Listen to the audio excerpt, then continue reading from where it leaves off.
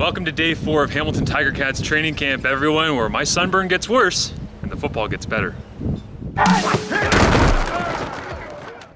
First up for you today has to do with the quarterbacking battle, and as of right now it stands with Jeremiah Masoli taking most of the first team reps, again 1A, 1B alongside Jeff Matthews, and Ja'Cory Harris is in the conversation as well. Today, I think a bit of a missed opportunity for Jeff Matthews as he was taking a lot of high quality reps with the starters, and it seemed like it was kind of the coaching staff giving an opportunity for him to be able to battle his way back into the conversation as a possible starter for this team moving into the start of the preseason against the Toronto Argonauts on June 11th. He missed a wide open CJ Gable on a little option route through the middle. They had to run a real nice concept where CJ went to the flats and snapped back into the middle of the field, and he ripped it. He's got that big arm, but it sailed way high up and over the top, and so it was incomplete. That was a bit disappointing because that was a 12-on-12 session and everyone was watching it. But here's the thing about Jeff Matthews. He misses a throw like that and you go, man, maybe the development isn't there.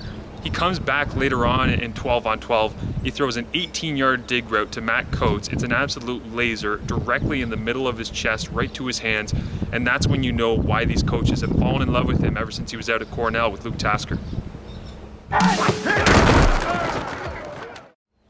Mercer Timmis's biggest knock right now is that he is not the pass blocker that he needs to be. And Eric Tillman said the other day that regardless of how good of a runner he is, regardless of how good his hands are, the potential that he has, Mercer Timmis needs to be able to block in the passing game from the running back position in order to not only make this team, but to play, to dress, and to find a spot to be consistent in.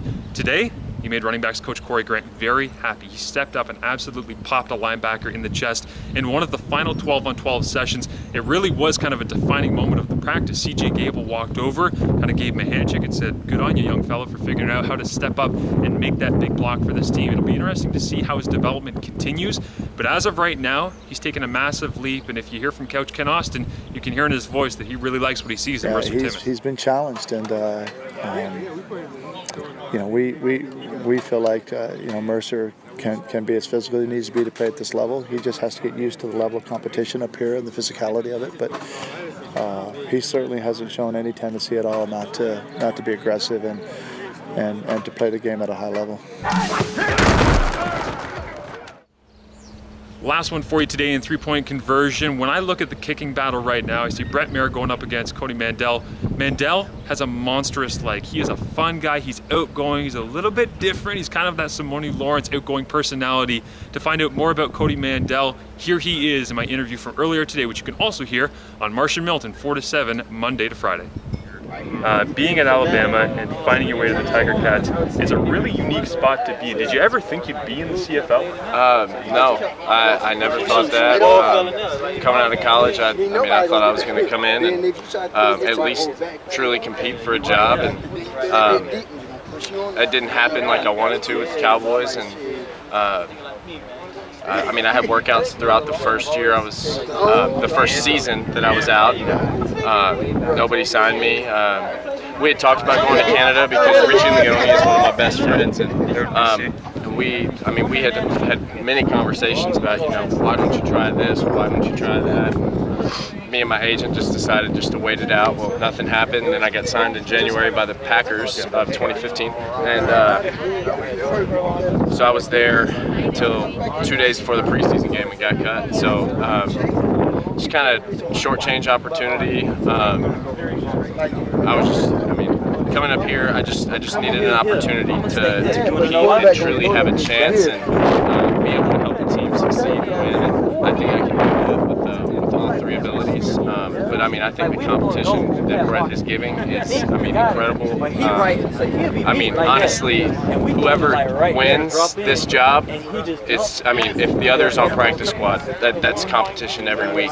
Your job is not secure at that point. So now, you were just joking about Ja'Cory being from Broad College here and being just down the road from you. When I think about exactly what it is to be at Alabama, the first thing everybody wants to think of, especially because of the Twitter battle that's going on right now with Harbaugh and Saban, what is Saban like to play for, especially as a punter? Because I went through your Twitter and you had a Throwback Thursday a little while ago that said, Throwback Thursday to that time when I was pretty sure I was going to get my ass kicked by Saban if I didn't get a first down on a fake punt. Like, is he a tough guy to play for?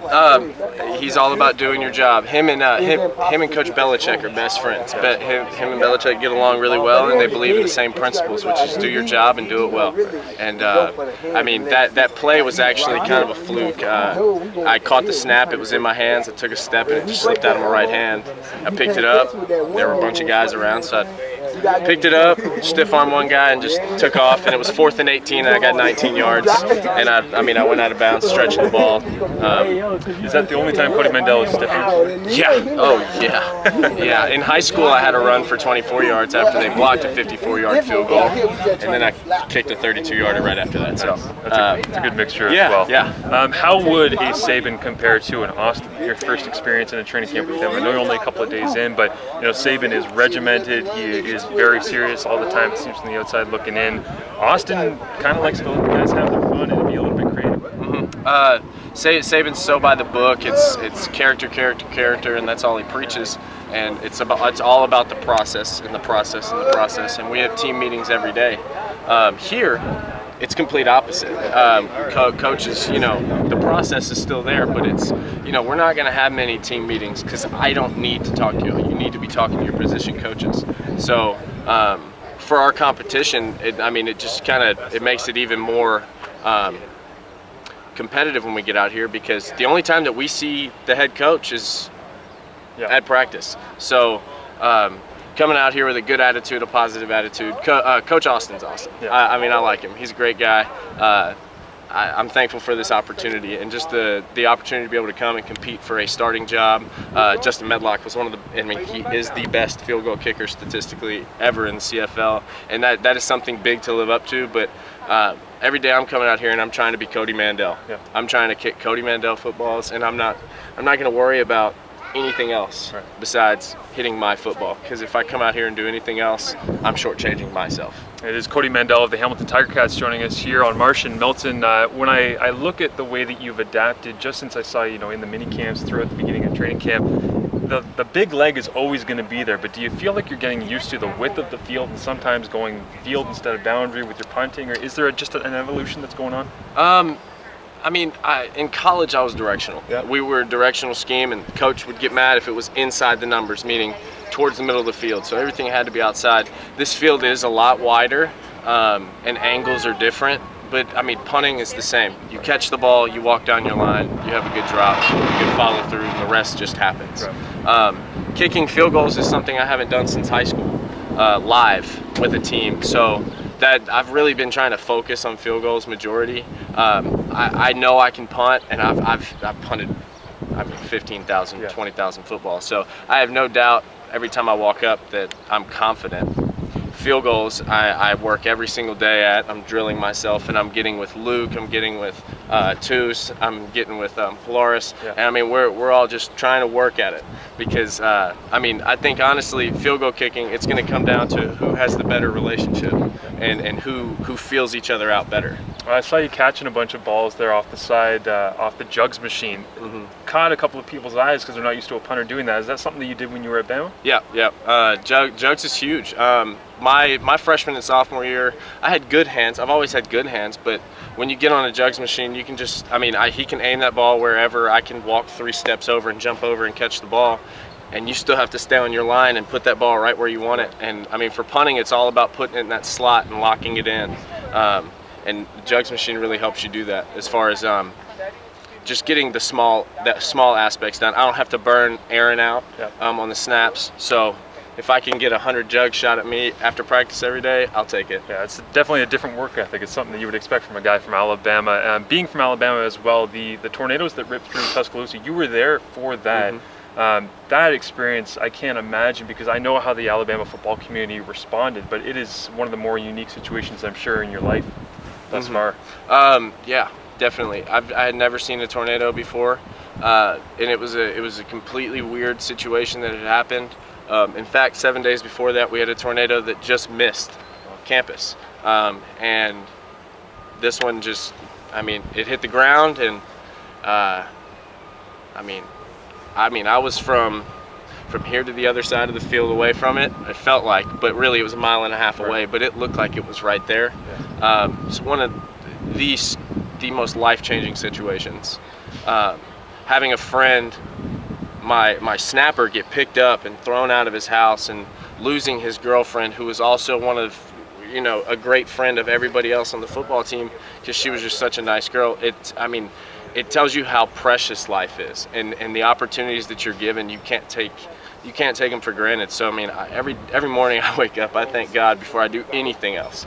And yeah, that was a difficult time in my life. Again, it certainly makes you appreciate having the opportunity to be out on a field like this and be around guys like that. I want to finish up by getting to know you a little bit better off the field here, because we found out a lot about you on the field. Off the field, what do you like to do? Are you a golfer? Are you a tennis guy? Like, what do you like to do for a hobby when you're away from practice? Well, I love golfing. Golfing is great. I like talking to my wife. Yep. My wife Jordan, she just finished law school. She takes the bar exam in about 2 months, and then she'll come up here and spend some time in Canada. She's never been up here. I like anything outdoors. Fishing.